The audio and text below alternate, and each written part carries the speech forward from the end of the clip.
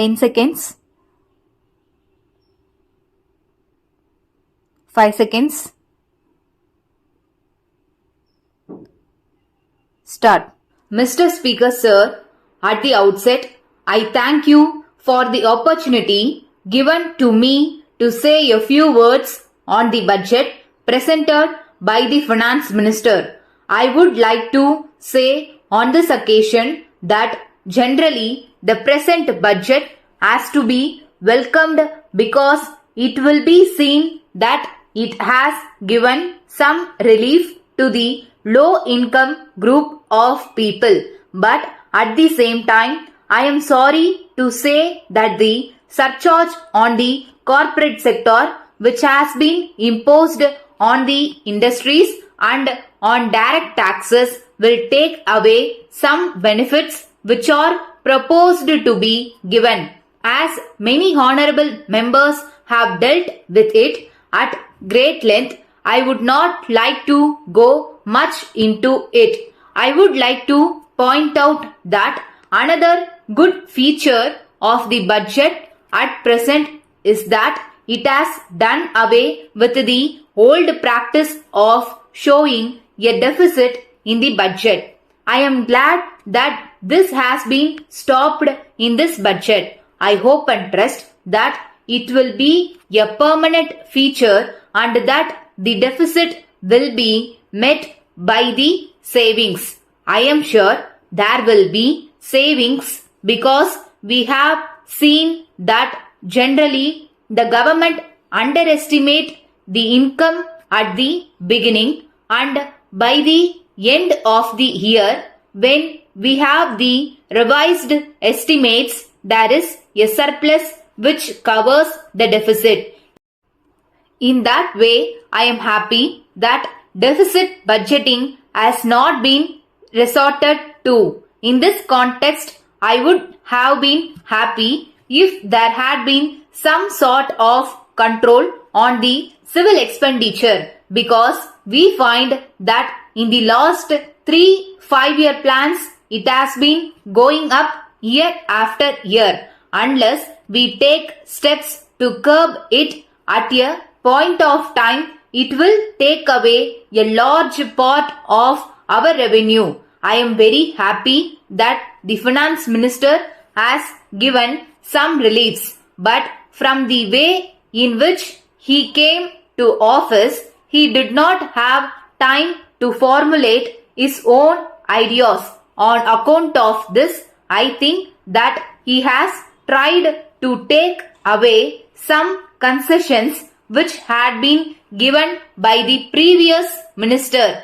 In this connection, I would like to draw the attention of the House to one thing. It may be remembered that a year ago when he announced his taxation proposals, he was saying that there would not be any surcharge on personal income tax. But it is unfortunate that within a year, the new finance minister has given up this principle, and that we have now a surcharge on direct taxes. There is another happy feature that the finance minister has introduced.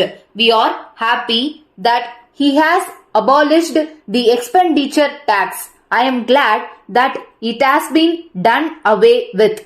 But I would like to recall that in the past we had seen that it had been once removed, but it was reintroduced by some other finance minister. I hope that such a thing will not happen in future, and that the present finance minister will not reintroduce it. There are two other points which were dealt with by my honorable friend. One of the points was about devaluation of the rupee. We find from the papers that there is much talk about it. Some say that it will be worthwhile to devalue the rupee, but there are others who say that it will not be in general interest when we have to import a lot of things and when we have to pay for them.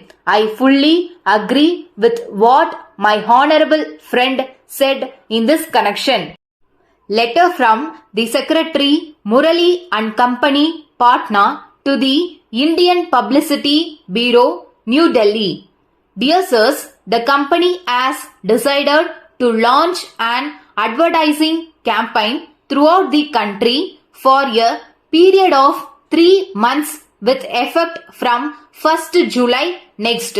It has been proposed to spend about rupees 50,000 for this purpose. It has been decided that the advertisements should be made primarily in the principal national dailies and in important state newspapers. Of course, there is no doubt that in this connection, local papers and other suitable media may also profitably utilized.